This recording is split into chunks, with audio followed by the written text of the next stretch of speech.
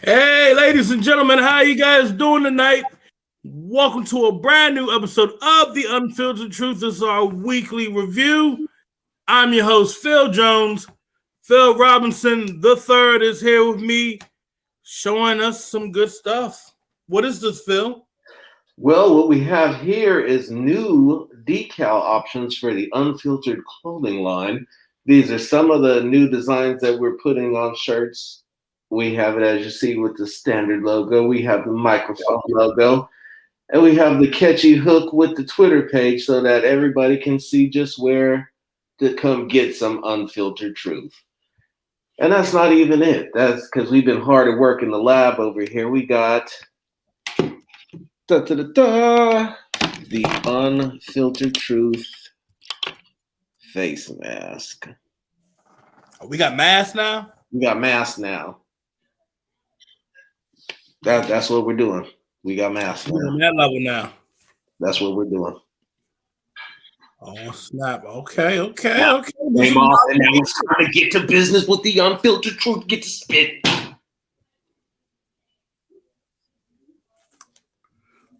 Oh. So how you been? We've seen a whole bunch of activity. None of it has really truly involved anything Raiders. Derek Carr trade rumors are quieting right up as teams continue to be told that he's not available. Carson Wentz's deal with from the Eagles to the Colts was only for a second and a fifth with a conditional first-round pick.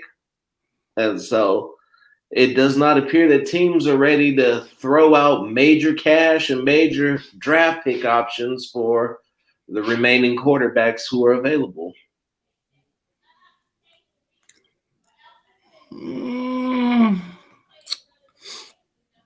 That what can I say, Phil? It is what it is. Yeah, it always is.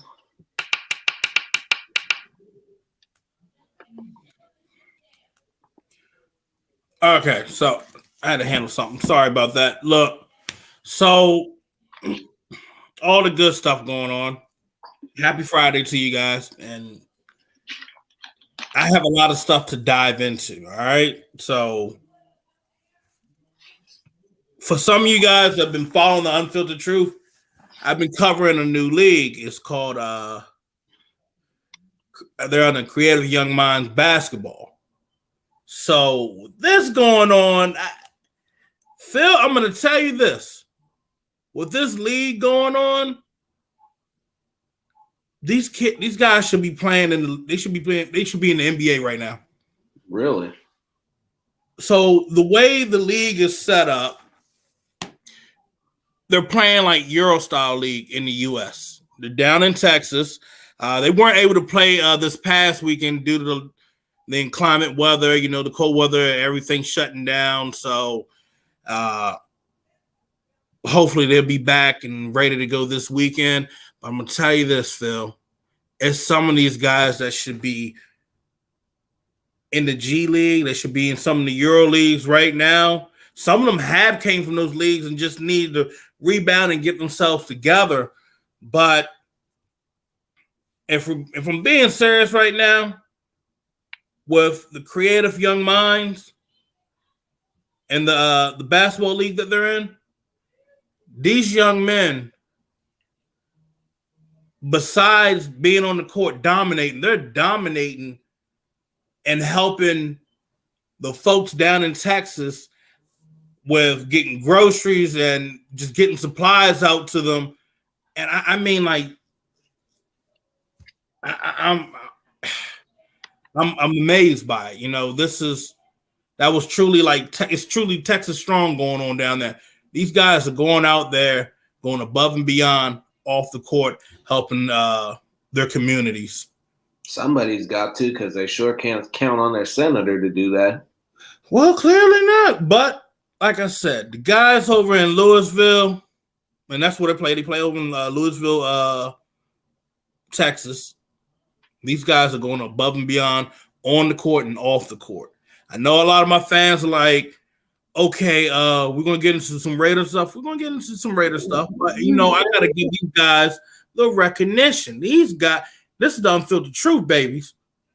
We gotta let everybody know who's around because nobody didn't know who we were when we were around.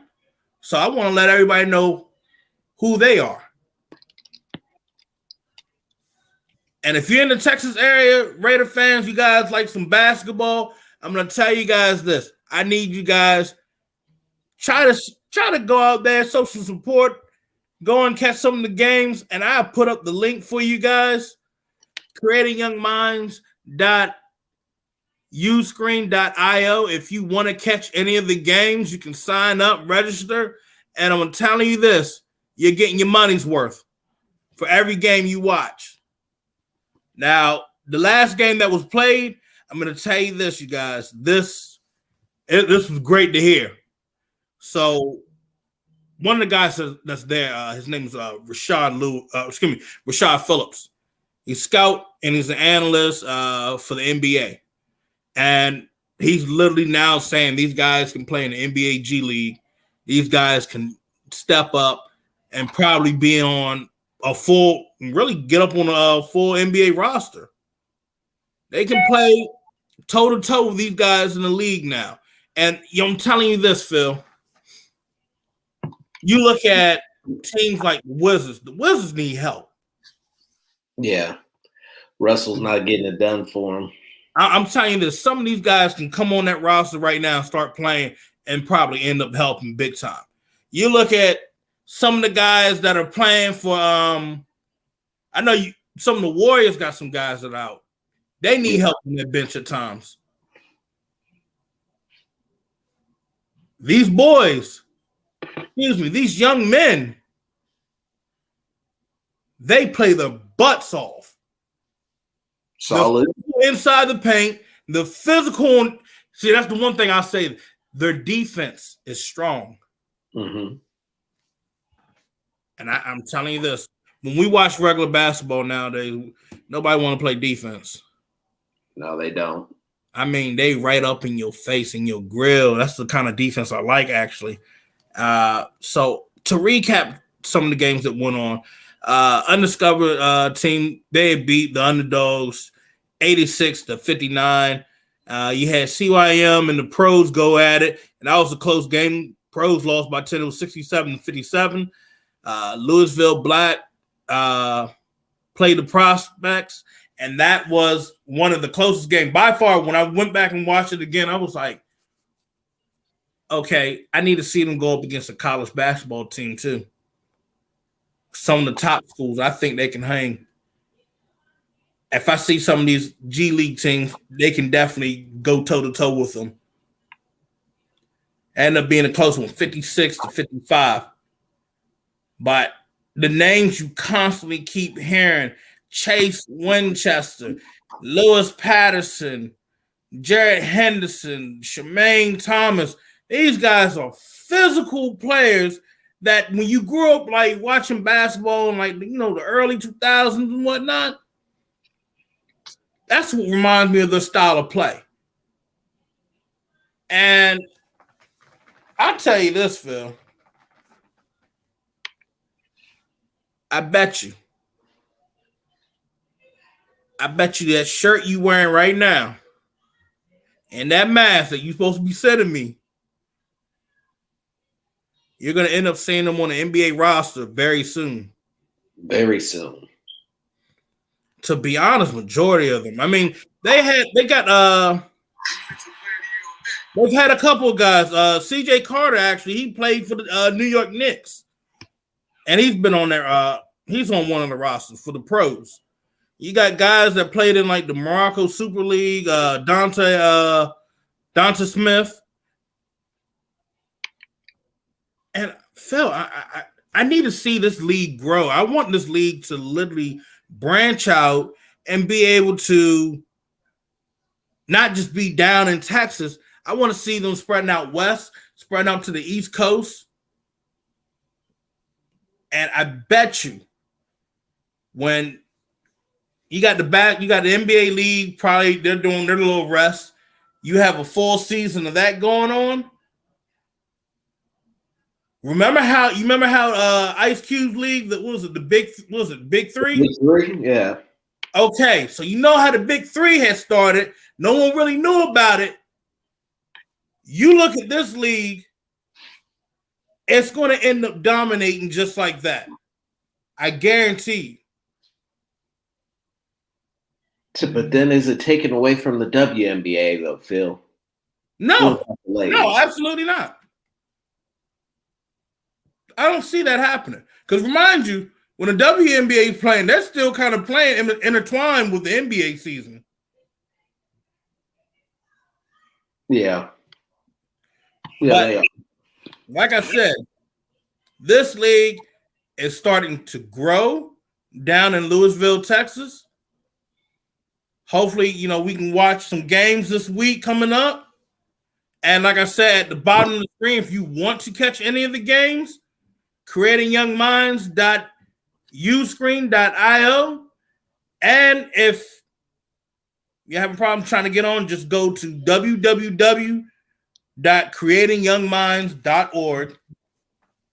And I think I had the banner for that right there, if I'm not too sure. I think I do. And because you can catch them everywhere, bro. You can catch them on Twitter. You guys can follow them on Twitter, CYM Basketball Experts, and Facebook, CYM B-Ball. So they're starting to grow. They're on every platform now. So if you need to find them, they're going to be there. It's a solid league. If you like basketball, you like guys that are up and coming, this is the league to watch. So when I speak the unfiltered truth, I don't BS anybody. All right. So if you want to watch a legit league, this is the league that you need to watch. And you know what? I'm going to start on my Facebook page, on the Unfiltered Truth Facebook page that we have now. This is great news. We have our Facebook page up and running. The Unfiltered Truth. I'll be putting clips up. We also having clips up from the Super Bowl and whatnot. You guys can see some of the highlights from some of the games. I had that up and running for you guys to see.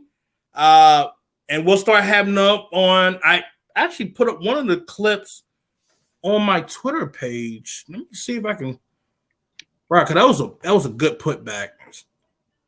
Let me see if I can find it. I think I still have it. So y'all bear with me. Because it was solid, bro. That's what's up.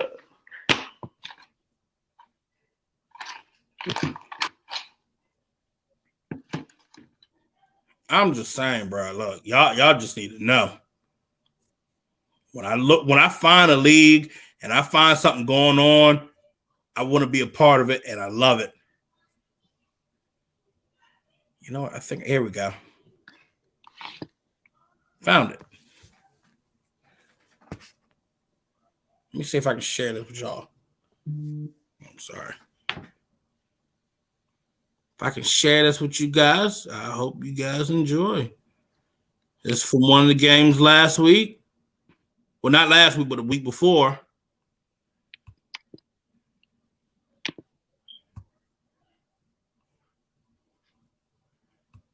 We got it. Chrome tab. There we go. All right, let me go and share that with y'all real quick. We can start that all over again. Ooh. Now you see how he came in? Got the turnover and just dunked on him. Good God Almighty. Like I said. That's nasty. That's nasty.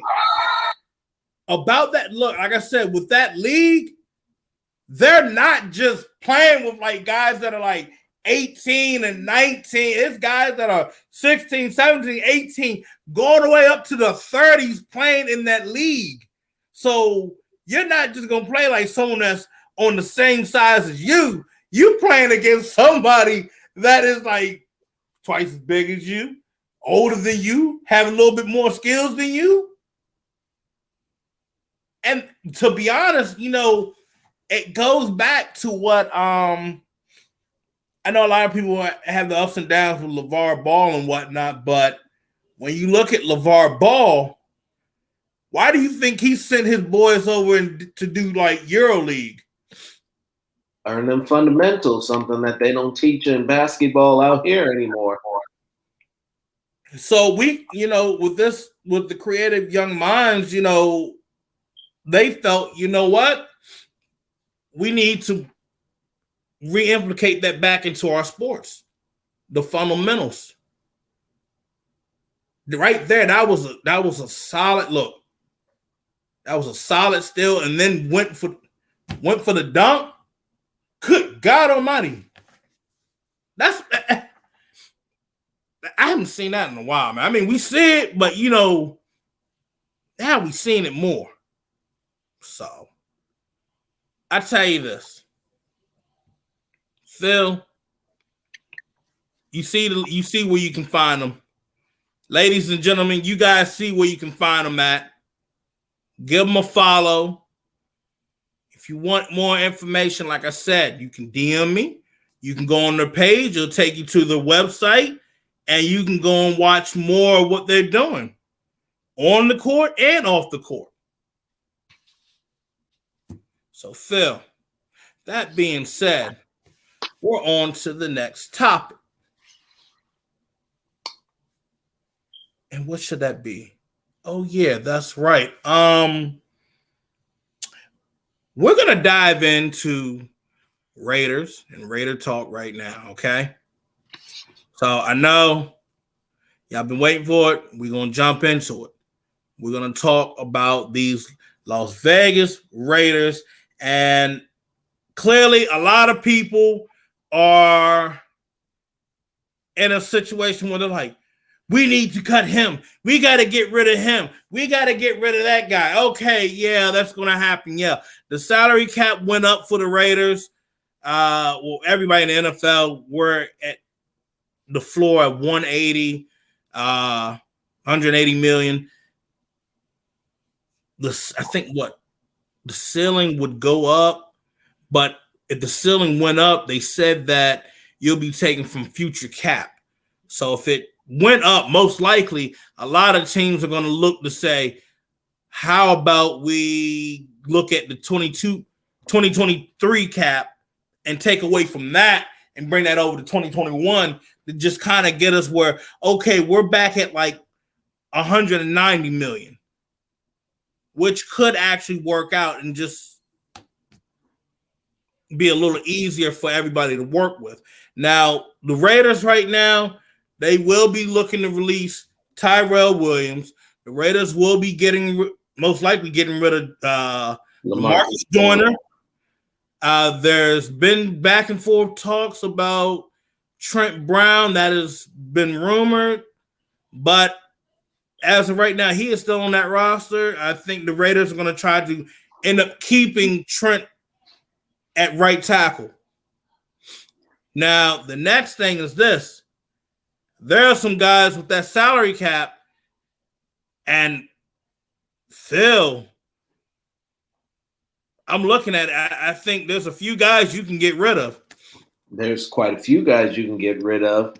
There's quite a few guys that are there to be had, and you could actually save money off Trent Brown. So one of the things about cutting Trent Brown is who do you go get if you cut him? Because obviously wherever he goes, he's probably going to be motivated to go out and play, because you know how it is when you show up at a new place and you got to get your money on.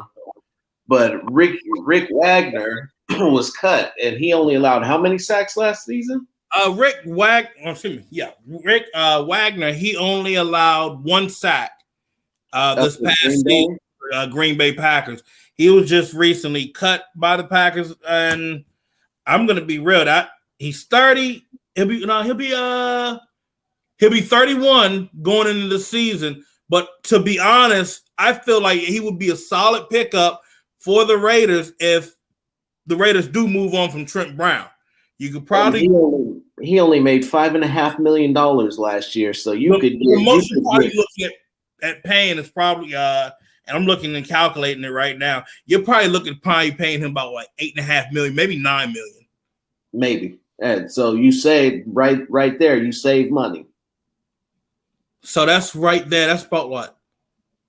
About $5-6 million. About $7 million saved right there. Yeah. So that being said, you go and get rid of going back to LaMarcus Joyner, you're gonna save about $9.5 million.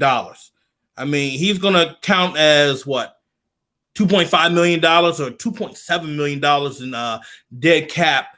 And to be honest, everybody's like, well, what if we just going to move him back to safety? I mean, that's a possibility, but he's going to need to restructure his contract because he has not played up to his contract the past 2 years.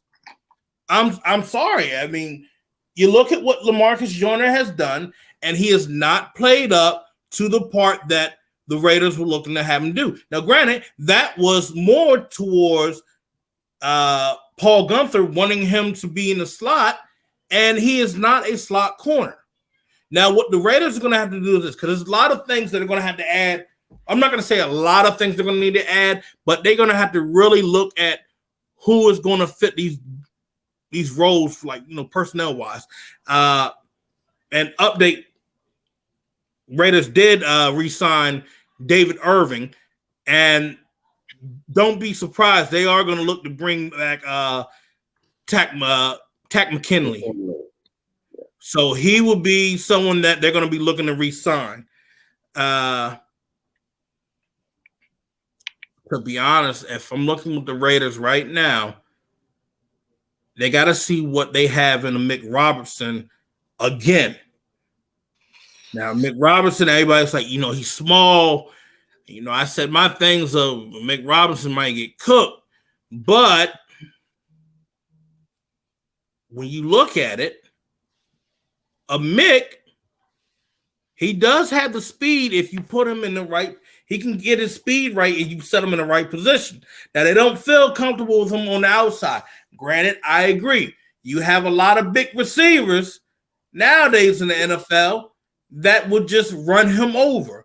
A prime example, he got ran over by his teammate, Brian Edwards, back when he was playing for Louisiana Tech. And then Brian was playing for South Carolina. So a guy like him, you put him in the slot.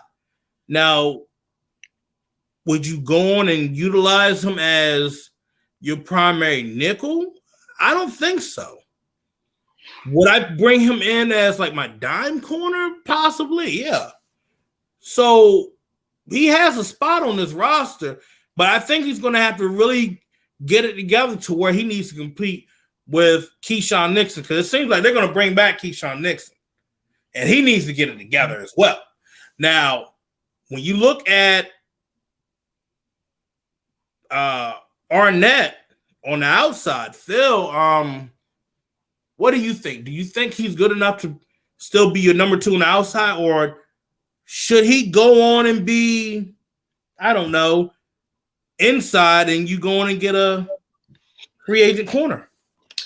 So that brings us, I'm glad that you asked that question, because as I've thought about it, I've had different conversations, and one thing that we absolutely must remember is that the defense that they're getting ready to play is unlike any defense that you've seen them run. It's going to be successful because it's been proven before to be a successful style of defense. One that minimizes thought and maximizes physical abilities and reading, reacting, and playing, just overall playing football rather than trying to be a rocket scientist.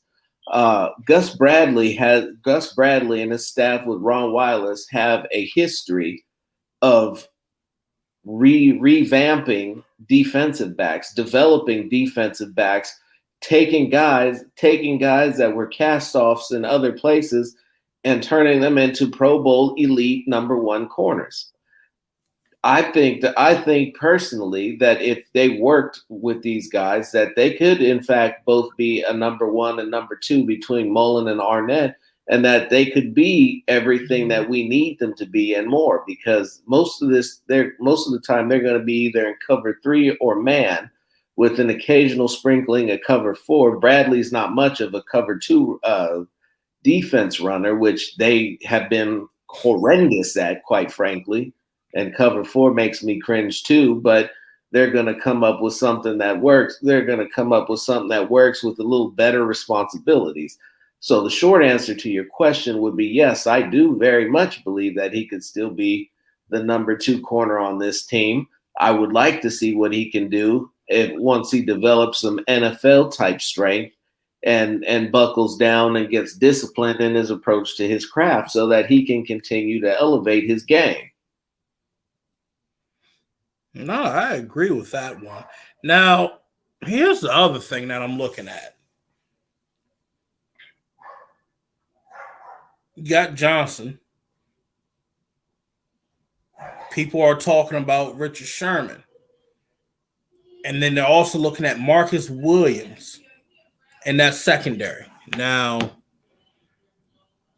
you feel that we're 100% comfortable with leaving Isaiah Johnson at that outside corner spot? Absolutely. You have to remember, the Legion of Boom featured Richard Sherman and Brandon Browner, a 6'3" and 6'4" corner. Both of them were 4'5" and slower. But but the style that they run, with the style that they were, where they were press man and they were getting up in guys' faces and disrupting their timing and not letting them off the line of scrimmage, perfecting the art of holding is what they used to say about them. Now, Johnson can do the very same thing. And the Raiders have a history of employing larger corners, 6'2" and above. So I think that he has the skill set to be there. His trail technique is marvelous because he seems to make all his plays from behind the wide receiver. But it's definitely something, a size that you need to work with. If you're going to keep the shortest guy on the field and a Mick Robertson, then you might as well keep the biggest guy in your backfield too. So, that being said, with Isaiah Johnson, so in a way that it was basically no reason for them to even draft a corner last year if you already had things set up with Isaiah Johnson. You feel his trail technique, like you said, looks good. And with a lot of the big receivers that are out there, he should be the main guy on the outside and Arnett being inside the slot.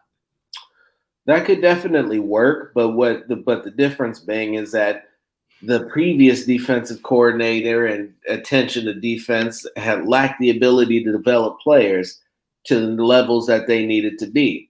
We saw some good things in training camp. We saw a couple good things when he got in, but one of the more baffling things that you saw was when guys were doing well and making plays, they suddenly found their way back to the bench, which was very odd to me. But I didn't get that. You had a couple times Irvin had made plays, went back to the bench. We ain't seen him for a couple games. The times that you saw Maurice Hurst out there making plays, oh wait, he's going back to the bench. Going back to the bench. Like you need guys to come out here and produce and make a difference and give your starters some help. Yet every time they come out and make a play, they disappear. They get no PT. Chris Smith was another one after the game that he had against the Chiefs. It just didn't add up. And you're just like, these guys are doing a solid job. If you keep the ones that are doing a solid job out there, maybe your defense could have stayed, I don't know, 21st or 22nd.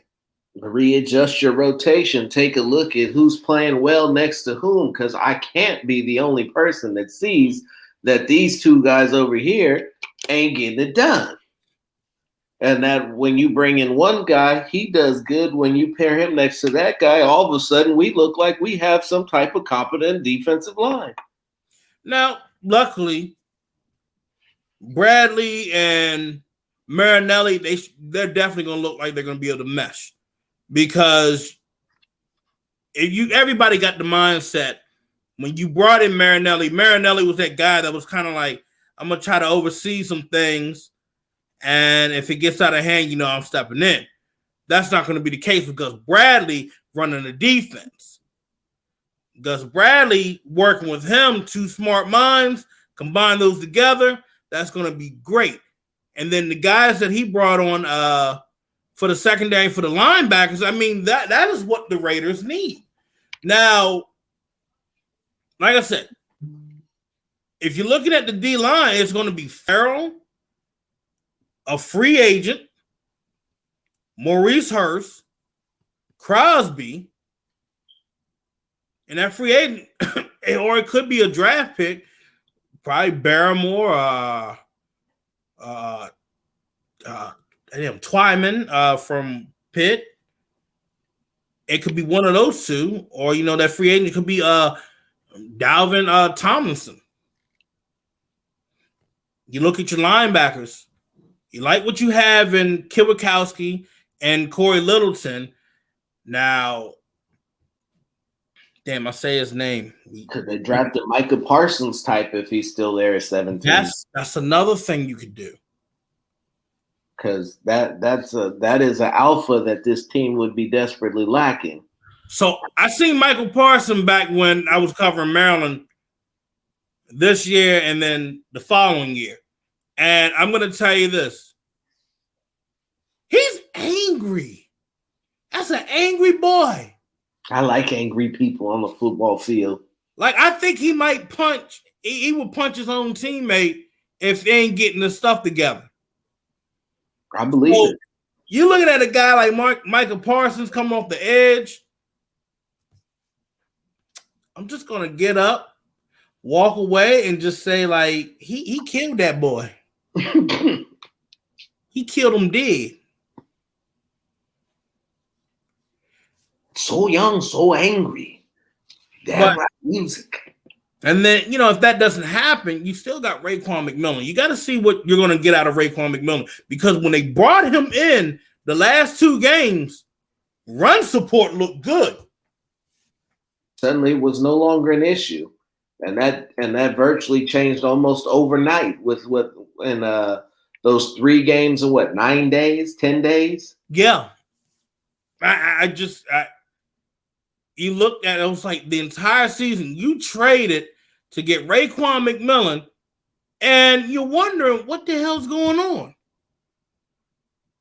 It was Paul Gunther didn't know how to utilize people. He didn't know how to utilize players and put them in the right spot. We all know this now. Now you have a proven defensive coordinator that has put together some good defenses over the years, and you're starting to wonder, like, let's put them with that, and let's see what we can get. One, you're going to get discipline out of this defensive coordinator.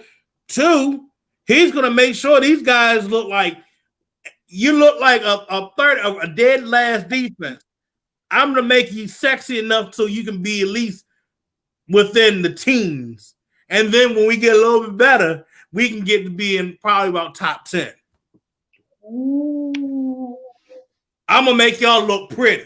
All right? So, as they say, Rome wasn't built in a day. This defense, they're not going to be looking dead last like these past, like 2018 and 2020. We're going to see this defense most likely looking, okay, your defense is ranked maybe 17th, maybe 16th. I realistically say 18th is probably about where they're going to fall. 17th or 18th. And that, you know what? That's fine. That's all you need right now. No, we need top 15. We need top 10. We need top 5. We need to have the greatest defense of all time. We need a defense with a name. So look, I'll answer this question real quick.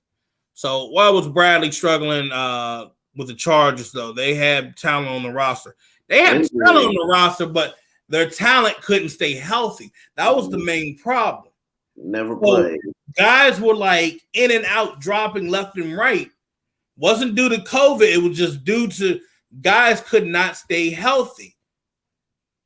To be honest, when they had the year before, I think they had drafted Adderley. Adderley couldn't even play the whole entire season. Derwin James hasn't played a whole entire season since his rookie year.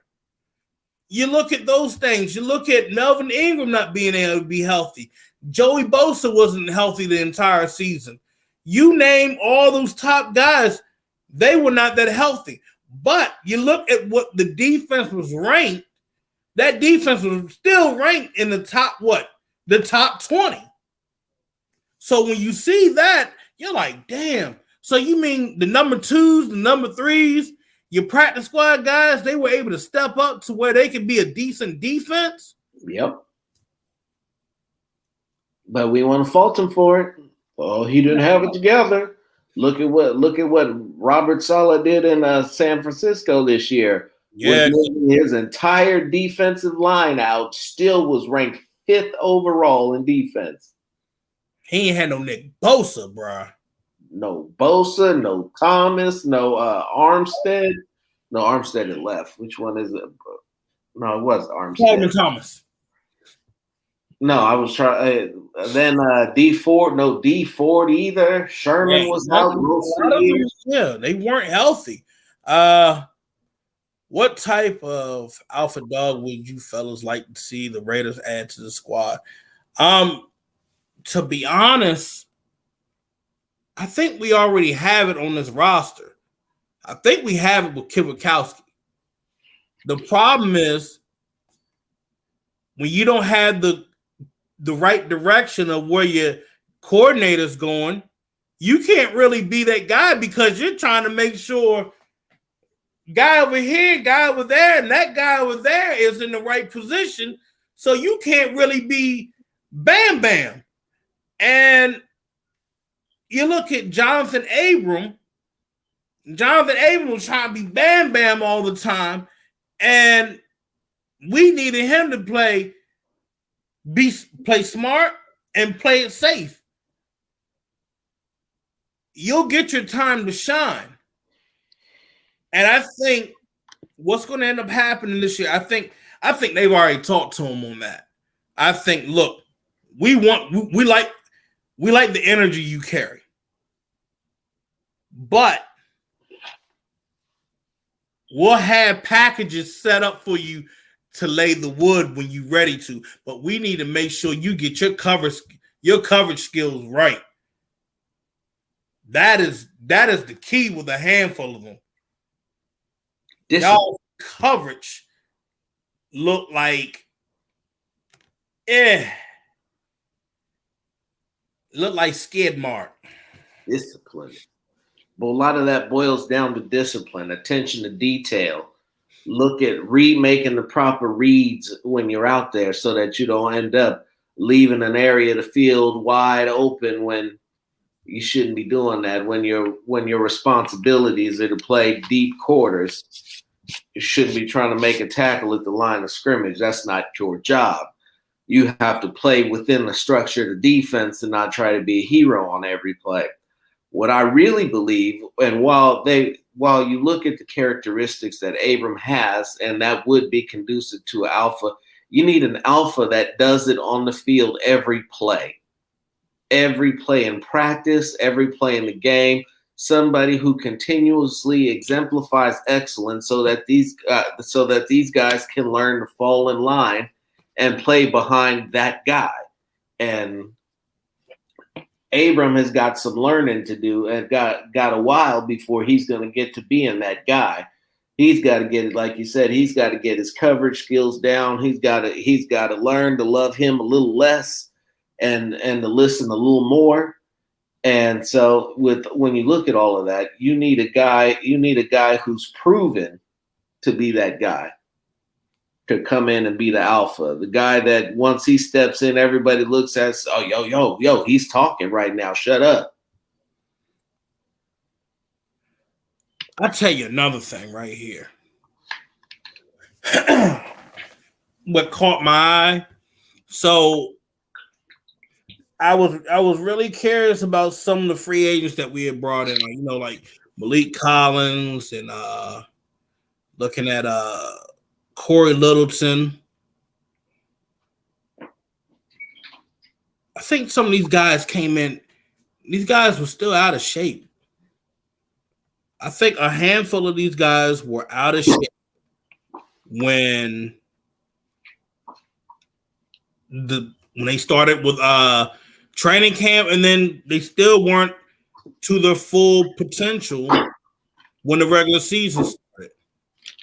I think because of the restrictions that were going on during COVID, guys just kind of said, we're just going to kick back, relax, and it caught up with them. It caught up to the point where it was like, this is kind of embarrassing, man. You look like a hot mess, because I'm looking at the film from week 1 compared to the week 1 that you had the year before, and they don't look the same. Not even close. And what I mean by that, everybody, not by like scheme wise, but your energy, and it was not there. Guys just look lost. And I go back and say these guys need to pay attention when they are having these meetings. They can't be in that. You can't be in that room anymore with your coach sitting behind you and you watching film. See, now you're stuck in these Zoom rooms where it's like, oh yeah, I'm gonna have the camera off. But I can hear you, but I'm gonna just walk off and do something else. Mm-hmm. And you're missing probably key important details.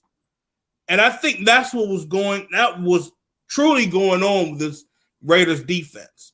And because that was going on, that's why they were lackluster and they were downright mediocre. When you're not paying attention to certain things like that, it killed this team this year, or this past year. When the difference is so small athletically, what gets you over is attention to detail and doing the little things. And you can't do the little things if you're not paying attention in the Zoom calls. You're not taking your notes. You're not studying the book as much as you should be. But we're at a different system. We're with a different coaching staff. We're with guys who are proven, who don't tolerate that type of nonsense, who are going to see who's serious about football and who's not. When you ask about, we made some assumptions about what we have on this football team based off of what we've seen in the past. Yep. And the reality is that every single one of these players has to win over their coach all over again. Nobody's going to be able to say, I did this, I did that. He's going to take one look at what he saw on the field and tell them exactly what they did not do, and which was plenty. And so, go on, finish. And so they're all going to have to re-audition for their positions and where they're going to be and what their roles are going to be, because you have a real defensive backs coach. You got a real defensive coordinator who knows what excellence is supposed to look like, not just listen to people flap their gums and act like they're the part. And see, it's not just defense, man. You got to also look at the offense. What happened to this supposed to be this power run team? And it looked good the first half. I mean, we can literally listen to what Jerry McDonald was writing in his article, and he said the same thing. Yes, we know the defense was terrible. And had problems. When you look at that offense in the second half, they disappeared. And it's not the first time. And it happened last year. Happened last year too. And the year before that, it was earlier. And it's like, what happened to this the so-called awesome running game? You had Josh Jacobs got 1,000 yards, but still, 3.8 he yards. He was out for what, 3 games last year, and got he had what, over 1,100 yards rushing. Mm-hmm. And then you look at this year, he only just eclipsed 1,000 and a couple of change. But the thing of it is, your O-line, they just started lacking. They weren't aggressive.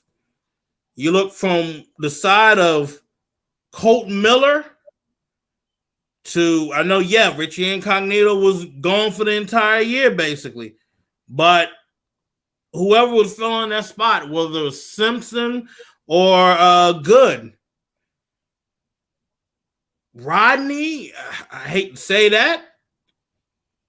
And then you look at Gabe and, the revolving door of Brown, Young, and Parker. Now, pass protection was actually considered top 10 in the NFL. But that run blocking, they have to get back to their ways of being aggressive and ramming that down people's throats. They need to get aggressive again. That's what you're supposed to be building it off of. Really offensively, what frustrated me the most, you have Foster Moreau, and you're not using him. We're going to go with old man Jason Witten, who I got a couple touchdowns, and, I think he only had, 72 yards receiving? He didn't even get 100 yards receiving. Like, it was a waste. The thing of it is, if this is John Gruden's offense and he's doing some wacky things like this, I mean, Derek Carr, you the quarterback. And I'm going to say this. You need to speak up.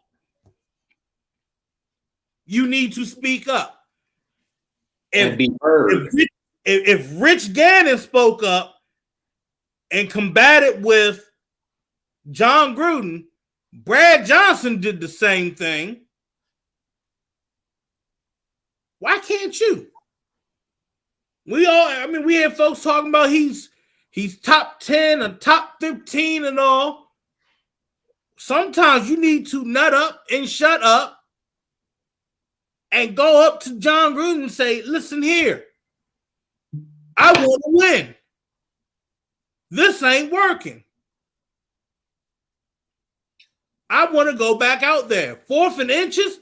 We're going to settle for a field goal? Nah, let's go. We're going back out there. No, we're not going to the sideline. Now, you saw it, Phil. You saw it the second game of the season, and then it disappeared. It was working. It was working. That's the problem. Like it was working. Things were looking good, and all of a sudden something happened. We go into the shell, and everything that was previously working, we just stopped doing.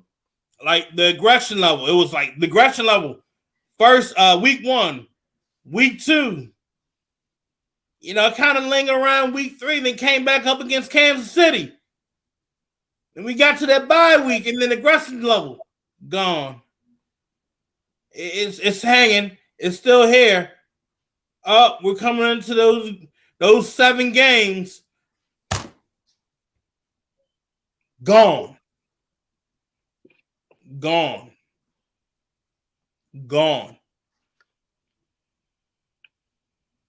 Just bye-bye. Gone. So everybody getting it. Like I always say, y'all know I throw it. Since everybody like throwing all the defensive stats, well, wait. There's more. There are offensive stats. You still struggled in the red zone. You finished 24th in the red zone. Second year in a row. That's on, and that's on John Gruden's play calling. When I give my quarterback, I repeat, when I give my quarterback full control, he can call audibles, he can kill it at the line, he can do this and that. I put it on both. I put it on Gruden. Gruden, you got this whole giant playbook. I want to see something else. Something new. Derek Carr, you want to be this whole Mamba mentality. Show me something else, bro. Call your own number. 18 field goals inside of what, 20 yards? Yeah. Most in the NFL. That is, you know what's funny? Mentality. The kicker led them in points in the red zone. Think about that. My thing is, if you're going to run around here talking about sleeve season and all that, you need to get in front of your head coach's face and say, I'm tired of losing. I'm tired of hearing you say the same shit every damn time we got a season. How about you go out there, both of y'all, show me some wins. Defense, show me some wins. I don't want to hear about sleeve season. I don't want to hear about your workouts and your insurrection vest. I don't want to hear about it. I want to see you go on that field and win me some games. I don't want to hear about you guys talking about, oh yeah, man. We're training. What matter of fact, didn't JJ Watt say something? You know what? I think I got it. Not to mention, right? As you sit here and we talk about, I'm gonna pull it up, bro. Bring it up. You talking? So we talk about one of the popular phrases that we heard at training camp in the beginning of this year was no excuses. No excuses. No excuses. No reason to not be able to get it done. To have all the pieces, no excuses. And now at the end of the season with a disappointing finish, with the 8-8 finish, with a one-game improvement, we're back to hearing excuses again. You didn't have this. You didn't have that. I got it right here.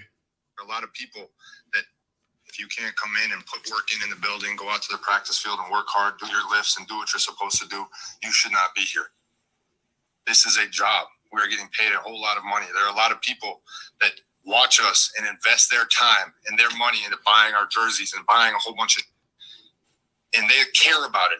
They care every single week. We're in week 16 and we're 4-11, and there's fans that watch this game, that show up to the stadium, that put in time and energy and effort and care about this. So if you can't go out there and you can't work out, you can't show up on time, you can't practice, you can't want to go out there and win, you shouldn't be here. Because this is a privilege. It's the greatest job in the world. You get to go out and play a game. And if you can't care enough, even in week 17, even when you're trash, when you're 4-11, if you can't care enough to go out there and give everything you've got and try your hardest, that's bullshit. So that's how. I think there are people every week that still tweet you, that still come up to you and say, hey, we're still rooting for you. We're still behind you. They have no reason whatsoever to. We stink. But they care, and they still want to win, and they still want you to be great. That's why. Those people aren't getting paid. We're getting paid handsomely. That's why. And that's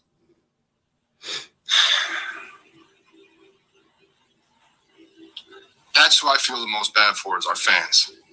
And the people who care so deeply in the city, and the people who love it and who truly want it to be great. And it's not. And that sucks as a player, to know that we're not giving them what they deserve. And right there, he said it best. There are people, there are fans that are still interacting. Whether, it's hate or love, they say, like, look, you need to go back out there. We want you to get better. We want you to we're still right behind you. We're going to, Raider Nation, look, we're going to say, oh, you look like ass. You didn't do good. You will know where to be found. But you know what? I hope you get it together and you play better and give us better execution. It is a privilege, as he said, a privilege to be playing in the NFL. There are so many people that had the skill set that some of these guys are in the league that had, they couldn't make it because something got in the way or something happened. Or maybe, you know, they just didn't get the right look. So my thing is this. If you can't do it, go somewhere. And it's like, what you crumbling right here? What you crumbling? I bet you were eating something. Oh, hungry ass. I'm having a deep speech and you ass over here eating something. Gotta wait for your ass to stop talking. Gotta do something to pass the time. Nigga talk for about 5 minutes straight. I'd let anybody get word in. Look, what my point is this. This Raiders team, it seemed like they were all happy over 8-8. You got fans that are getting upset. They're frustrated with, wow, I mean, y'all really were like happy about 8-8. Come on. No. We can't let this shit go on. Get it together and get it together now. Because right now, because the BS they did on defense this past year and then not finishing that second half for offense, I'm going to let you guys know.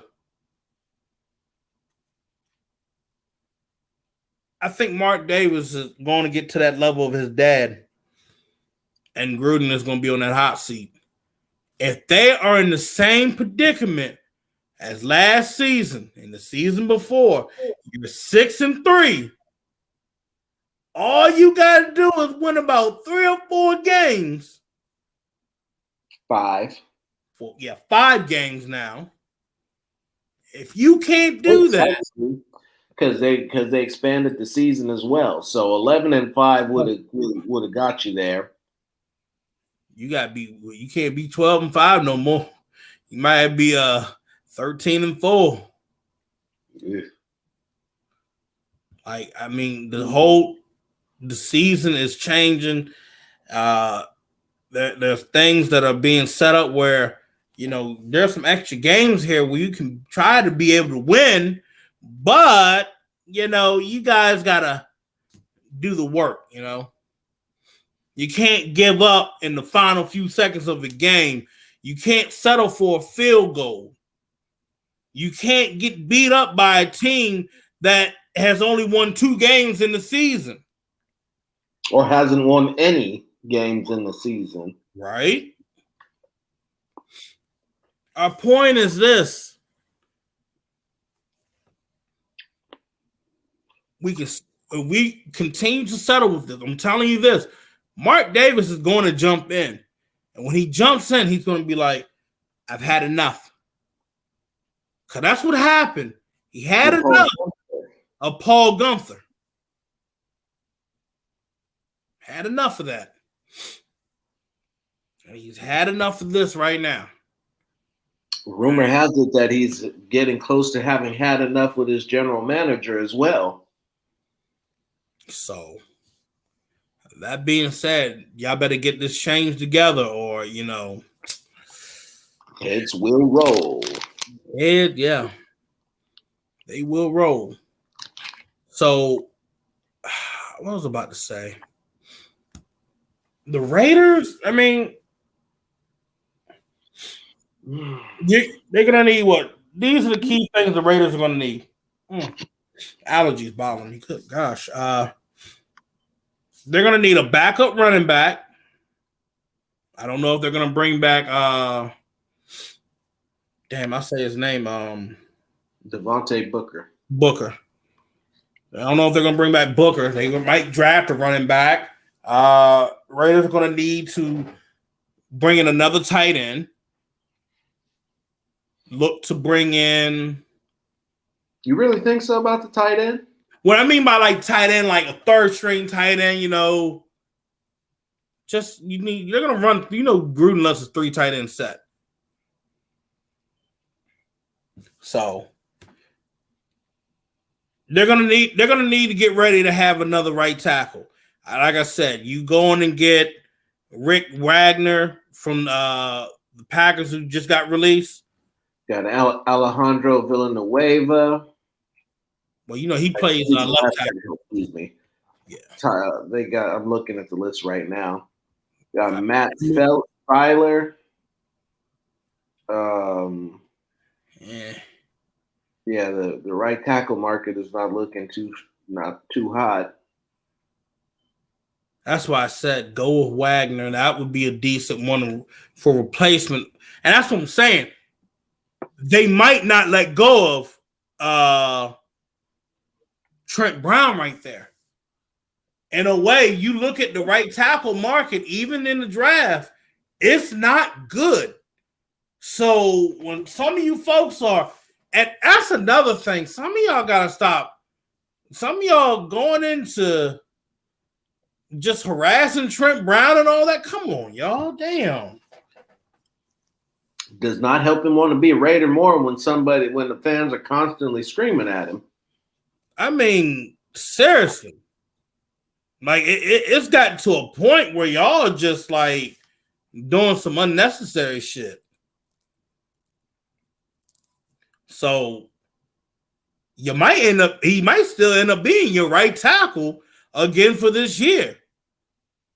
Because I mean, like I said, you look at the market, I honestly don't really see them letting him go. Because there's no guarantee that they can land Wagner. And if they don't land Wagner, then they get significantly worse. Whether it be on paper or on the actual football field, depending on if he's going to play or not. I mean, I like what I saw out of Brandon Parker this year, but I'm not wholeheartedly sold on him being like 100% starter. You know, like I said, defensively, Raiders need to get another D tackle. You can grab another linebacker, and you need to grab a safety. You need to grab a couple defensive tackles. Well, yeah, that. I think they're going to end up re-signing Jonathan Hankins, and I think they're going to end up. No, I think they are. They're going to end up re-signing him. We'll see. And Pedro, the right tackles, I don't like them in this draft this year. I'm not sold on them. A rookie right tackle is not going to help you in this situation. Not even to learn and develop. I got to go the following year. Because a lot of these guys didn't play a solid 10 games this year. Some of them only played 4 or 5 games or opted out. I got to see more tape on some of these guys.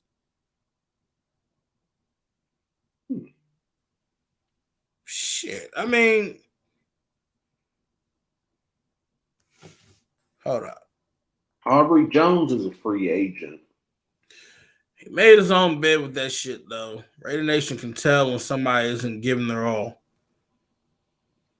I mean, he may not have been giving his all. But technically speaking, we not in his shoes. And we don't know what's going through his head mentally. Y'all gotta, I'm gonna be real. I'm not trying to be Captain Saberho over here. I'm really just being realistic with you guys. We were in a year of COVID. You trying to play doing this? You got folks that are getting sick. You got people that you know and love that kick the bucket from this. Can't even go to the strip club. You had that mishap with his IV. I mean, bruh, like everything is running through your mind. Like, damn, I could have really died. And from what people were saying and what the reports were saying, this man literally looked like he had died on the floor in that locker room that morning. So I'm just saying, I'm keeping it real with you guys that it doesn't look good. It didn't look good, you know. Tampa Bay's right tackle. I mean, he was a top right tackle. All right, so that was last year. They played a full, complete season of football last year. So this year, looking at right tackles, you know, don't look good. No, and you don't have that guy out there in the draft this year. Nah, you really don't. I mean, him and Becton were a cut above all the rest of the linemen this year. The rookie line. Becton had years under his belt. Becton was trying to eat people too. Yeah, he was. Now you can improve the D line while you still have his contract. The Raiders are going to be working on restructuring a lot of guys. They're going to be restructuring a lot of the guys' contracts. That's what's going on. And that's the other fact I forgot to mention, because this is our weekly review. Everybody's on the table. Everybody's up for grabs. Is that right, Phil? Everybody. So when I mean everybody, I say like this. Waller's safe. Your rookies and your second year guys like Abrams and Arnett, Farrell and Crosby, they're safe. Colton's safe. Boy, if you don't lay off them damn lollipops. If you don't lay off the damn lollipop. You had enough. You had enough. You didn't had enough. Waiting on your ass. Getting bored. Darren Waller is safe. All right. They're not trading Darren Waller. Don't even listen to it. If you heard somebody say they're going to look to trade Darren Waller for a package deal and this shit, no, it ain't happening. Carr's not even safe. I'll give you the list right now. Carr, Mariota, the Peterman, they not safe. Rashard ain't safe.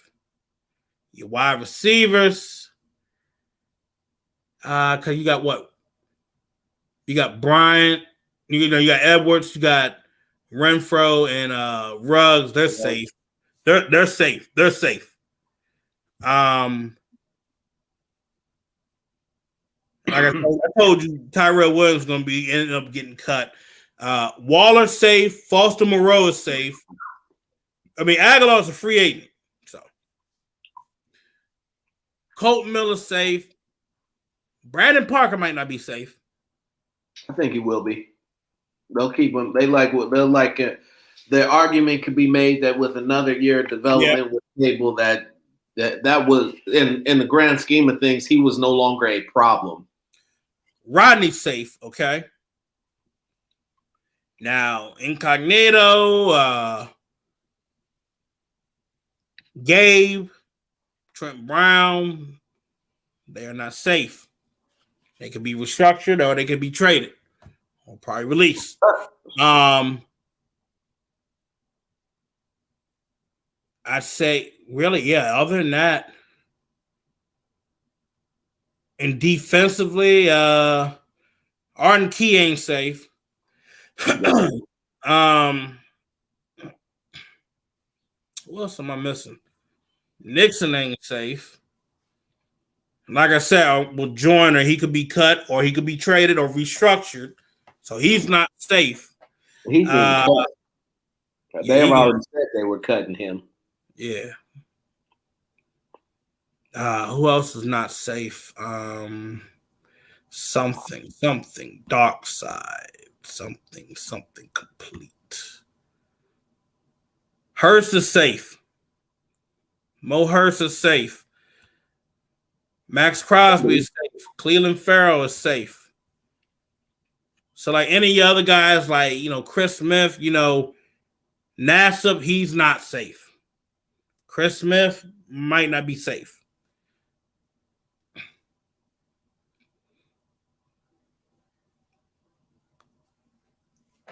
Corey Littleton might not be safe. He'll be safe. Maybe a restructure. No, he'll be fine where he's at. I expect him to have a bounce back year with a coach who knows how to use linebackers properly and how to get the most out of his linebackers. When you look at this roster on defense, short of the draft picks, nobody has any real guaranteed money. So literally the only people that have a cap hit that's going to be of anything are going to be the guys that they say are safe and not able to get rid of because they would have to be hit for upwards of $5 million a piece. Yeah. But you can find, so what you could even still, with that being said, you can cut different guys and get some money to go after some guys. We definitely need the free safety. You have to get a coverage guy back there in this defense because you don't have him now. Eric Harris is no longer on the team. He's a free agent. Will he come back? Who knows? He might. He might not. Nah, I don't think he's coming back. I don't either. The corners are going to get developed because while they may not be the size of the Seattle corners, they are the size of the Charger corners that he's worked with, the Casey Haywards and Kevin Kings that he worked with and molded. And so I'm not too worried about them there. The linebacker, Jeff Heath. He gone. $3 million a year for 30% of the snaps is too much. He gone. And Eric Magnuson, he's another one. Marcel Aitman. That's one. He's back on the practice squad for the futures. Yeah, future. But still. So and who tried to sneak the woman into the hotel. So here's one thing I want to hurry up and recap before we go and wrap up tonight's show. So Marcus Mariota, I know a lot of people are like, okay, who can we trade him for? What? Here's the thing. He could be traded, but the weird thing is this. Y'all know John Gruden. John Gruden will come out of nowhere and be like, you know what? I'm going to end up keeping him. So we're thinking that they're definitely going to be 100% saying that they're going to trade Marcus Mariota. Don't believe it. Yeah, so far the only thing that you've heard that he was offered is probably in the range of the 5th. And if the 5th round draft pick is all they're going to get for him, and you look at potentially what could happen to this team if our Lord and Savior was to suddenly take a dive due to injury, we would be in a very, very bad spot. Exactly. So you want to be in a situation where, like, okay, I got a backup quarterback that can come in. Boy, if you don't stop eating them goddamn lollipop, boy, I'm gonna tell you. Look, I'm gonna tell you like Bruce Arians told Vita Vea when he dumped that damn water. Damn it, Vita, you do it again, I'm gonna whoop your ass. Now they take that damn bag away from him. But yeah, you want to have two quarterbacks. You want to have if Carr goes down, I'm not wishing nothing bad, so don't you start with your insurrection bullshit over here in my damn comment section. But if he were to go down, you got a decent back, you got a good backup right there that could come right in, take care of business, and you're not going to be like in some sort of panic mode. So it's good to have him under contract with you right now, because are you really 100% sold on the Peterman? I mean, we talk about the Peterman, but are we really sold on the Peterman? Mariota he'll have the playbook under he'll have the knowledge of the playbook right now, and then you can start, I don't know, implicating a few things into the playbook. Like, hey, you said you want to run certain packages with them? Shit, do it. Do it. So Regardless of how anybody feels about Mariota, this football team is a better team with him on it. I'll say this. Or you can truly have your camp battle. Just throwing that out there.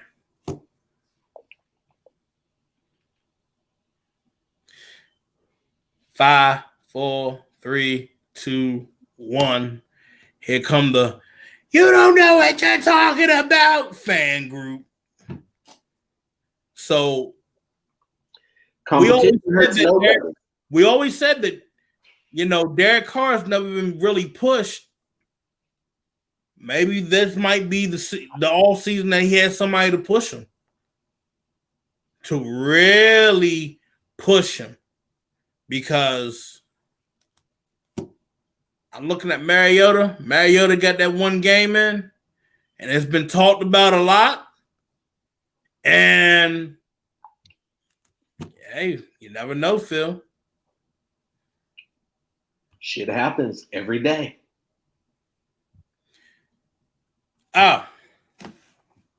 Before we end the show, I gotta talk about WandaVision, bro. I don't know why you not watching it, but dude, you need to watch this shit. Football side, everybody, basketball side. If you not watching WandaVision and you like Marvel, you need to watch that shit now, because it's got real. All right, it got real to the point of no return. I mean, like, it's gonna. If you catch up right now, you watch today's episode, you're gonna be mind blown. All right, it's at the point where we got a new origin story that's starting with somebody, and we find out who's behind it all. I'm not spoiling anything, but I'm telling you this: if you're not watching WandaVision, you're missing out, and you're missing out big, because it's going to be setting up a lot of things for the MCU. Phil, I'm telling you, you better watch that. WandaVision. That was terrifying. Don't ever do that again. But other than that, we're going to go and wrap up tonight's show. Appreciate everybody tuning in tonight. Remember, with the Creative Young Minds, you can find them on Twitter at CYM Basketball, on Instagram at CYM.Louisville Leopards, and Facebook CYM Basketball, B-Ball. And you can go on their page, thecreativeyoungminds.org. You can sign up. You can watch the games that are currently going on, or recap any of the games that you missed during the season. We have a lot of good things to show you guys, you know, so I'm going to just scroll down and give y'all all the good stuff. With that, there you go. Check the page for your Unfiltered Truth merchandise. We got these Unfiltered Truth face masks. We got different decals for your t-shirts. Once again, there we go. The website page, the Twitter page, the microphone, the original logo. Alex Boy, hit the page. Let us know. Shirts right here, $20 plus shipping and handling. Get that out to you first class mail as soon as possible. Anything to help the show move forward. You want to talk about sponsorships and help advertise on the Unfiltered Truth? Leave us a message at theunfilteredtruth@gmail.com. I'm Phil Robinson. That's Phil Jones. And this is the Unfiltered Truth. Shout out to my boy Lindell and the Silver and Black Syndicate for letting me post up on their page and put the Unfiltered Truth out there. Appreciate you guys. Shout out to Creative Young Minds. Y'all young men, y'all keep doing the good work that you're doing out there. Everybody take care. God bless. We out.